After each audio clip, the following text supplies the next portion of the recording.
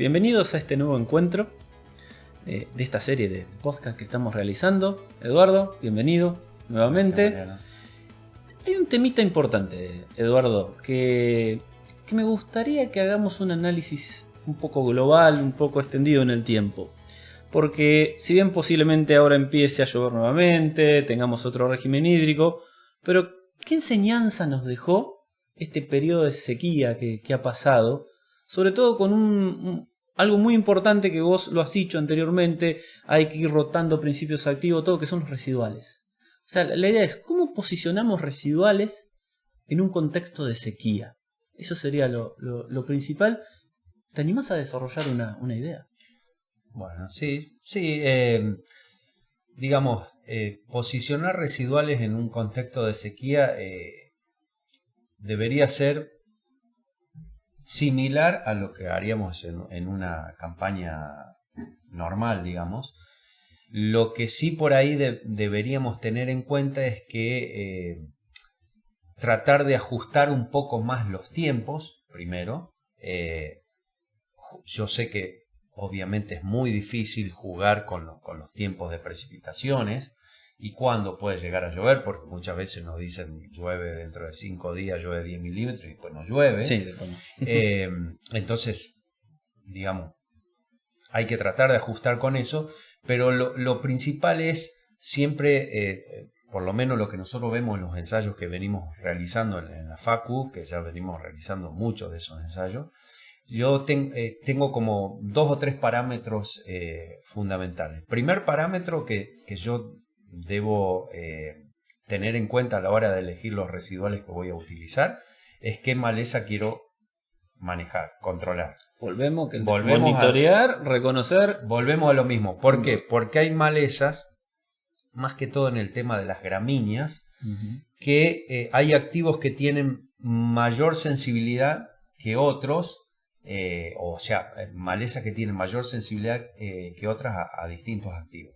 Entonces, vale decir, o te pongo un ejemplo, digamos, si yo tengo el leucine como principal maleza y pongo imacetapib, que es un muy buen producto por ejemplo, para Echinocloa, y yo lo pongo para el leucine y el imacetapib no tiene la eficacia que yo esperaría, en realidad no es culpa del imacetapib, es culpa de que yo no monitoreé y no supe que mi maleza principal era el leucine y la confundí con otra, por ejemplo con digitaria, vamos a suponer. Y es común que esto pase. Y es común que pase. Entonces, quizás yo después le echo la culpa a ese imacetapib y en realidad es que yo no identifiqué bien la maleza. Entonces, primero que todo, identificar la maleza. Primero que todo, para ajustar la elección de los productos. Segundo, ver cuánta cobertura tengo yo en el lote, porque eso va a depender muchas veces del herbicida que yo elijo en función de lo que puede llegar o no quedar retenido en el rastrojo. Cuando decís cobertura es masa rastrojo, materia verde, todo. Yo le llamo cobertura. No, siempre rastrojo, o sea, siempre material muerto. Entonces, yo le llamo cobertura a lo que puede ser una cobertura devenida de un rastrojo de sorgo o de maíz en una rotación, o puede ser una cobertura por un cultivo de cobertura que yo lo sé. Perfecto. Entonces, hay que tener en cuenta una cosa: cuanto más cobertura yo tenga en el lote, cuanto más toneladas de cobertura yo tenga en el lote, más difícil va a ser a los productos ingresar. Obviamente esa cobertura nos va a jugar en beneficio de que también le va a... Digamos, como la cobertura es un impedimento físico para las malezas, porque le quita temperatura, porque le quita luz, entonces hace que esa maleza no nazca en los tiempos que tiene acostumbrado a nacer en un contexto normal. También es un impedimento, una barrera física para los herbicidas. Para que lleguen exactamente los residuos. Entonces, sí o sí yo tengo que saber que si yo tengo mayor cantidad de cobertura voy a necesitar mayor cantidad de milímetros. Lo que nosotros pudimos ver es que en situaciones normales de cobertura o casi sin cobertura, nosotros con 10 milímetros podemos incorporar cualquier activo. Bien. Siempre cualquier activo que yo elija para controlar gramínea o de hoja ancha, en el caso de amaranto, que es lo que yo voy a controlar más que todo o rama negra también, digamos, si yo lo hago en otoño-invierno, 10 milímetros son suficientes. Quizás cuando yo tengo coberturas necesito arriba de 20 milímetros y quizás necesite también una serie, o por lo menos 2 eventos de precipitaciones para lograr incorporar todo ese activo. Y digo esto porque nosotros hemos hecho ensayos donde hacíamos llover una sola vez 20 milímetros con coberturas grandes y después sacábamos esa cobertura, volvíamos a poner maleza y le volvíamos a regar, a llover 20 milímetros y seguía la acción del herbicida. Entonces, eso faltaba incorporar. Claro, exactamente, eso denotaba que faltaba un poco de incorporación. Entonces, nosotros tenemos que saber que todos los herbicidas para poder actuar tienen que pasar a la solución del suelo.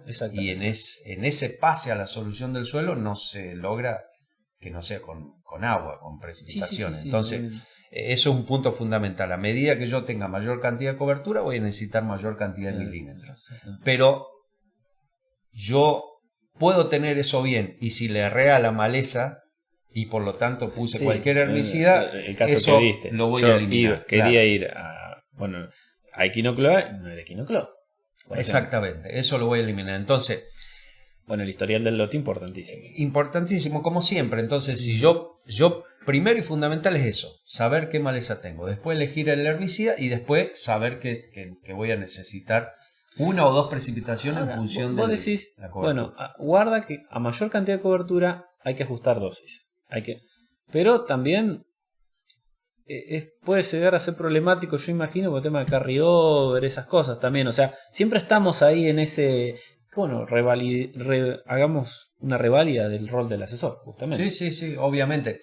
Bueno, por eso muchas veces lo que no tenemos que tratar de hacer es jugarnos todo a un momento de aplicación. Claro. Por eso siempre es mejor que yo tenga, como las malezas nacen en momentos o camadas o cortes que se les llama, que puede ser hoy, que después puede ser dentro de 20 días, que después puede ser dentro de 20 días siguientes.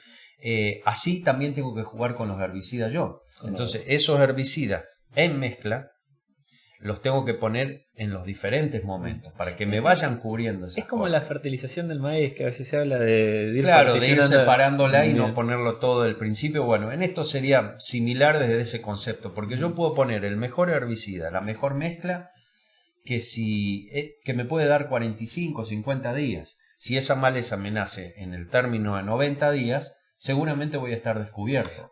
Me haces acordar un concepto que en entomología usamos, decir, ¿en qué momento aplicamos el insecticida? Y tenemos que ver en qué momento está la evolución de los insectos. Perdón que te lleve para mi lado.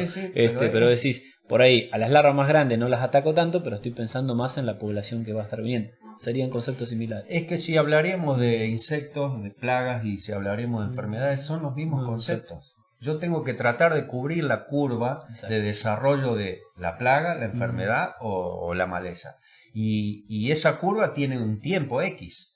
Si yo con un solo producto quiero cubrir ese tiempo, seguramente no lo haga. Obviamente que después está el cultivo, que ese cultivo bien sembrado, bien fertilizado, para que tenga un óptimo desarrollo y pueda competir, le diría yo, es como un herbicida más.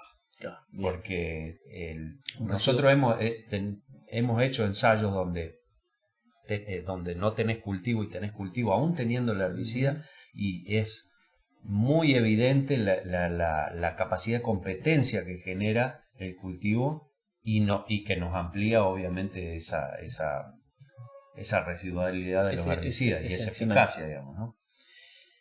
Si vos tuvieras que hacer sé que lo que te voy a pedir me va a decir, y el clásico depende de los ingenieros, pero si vos tuvieras que hacer un ranking de residuales de quién aguanta más, digamos, hasta que llueva, y quién aguanta menos, muy someramente, si querés por grupo, ¿cómo me harías ese pequeño ranking?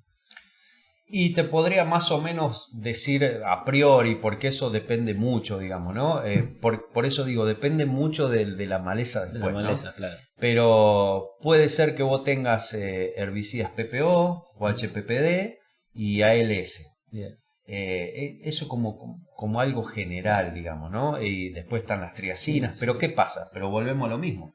En el ejemplo que yo te dije antes, el imacetapir es un herbicida de la familia de las ALS, es imidazolinona, pero es ALS.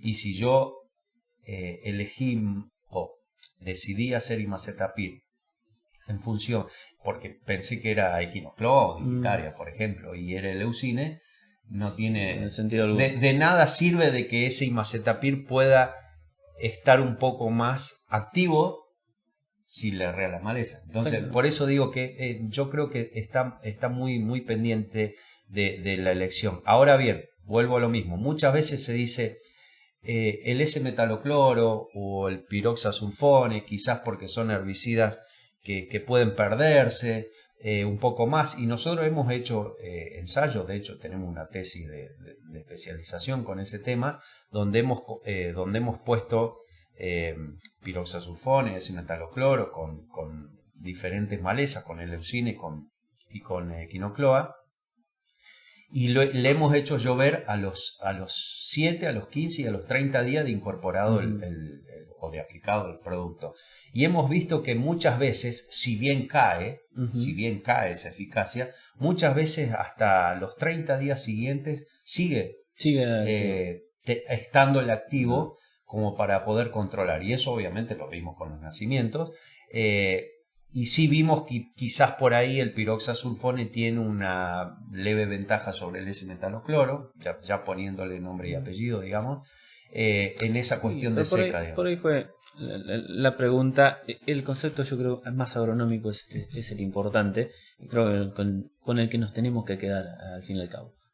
Un punteo rápido, así, 3 cositas. 3 cositas, elección primero reconocimiento de qué maleza tengo yo en el banco de semillas. Para eso obviamente no lo voy a hacer en la campaña, lo tengo que hacer en la campaña anterior.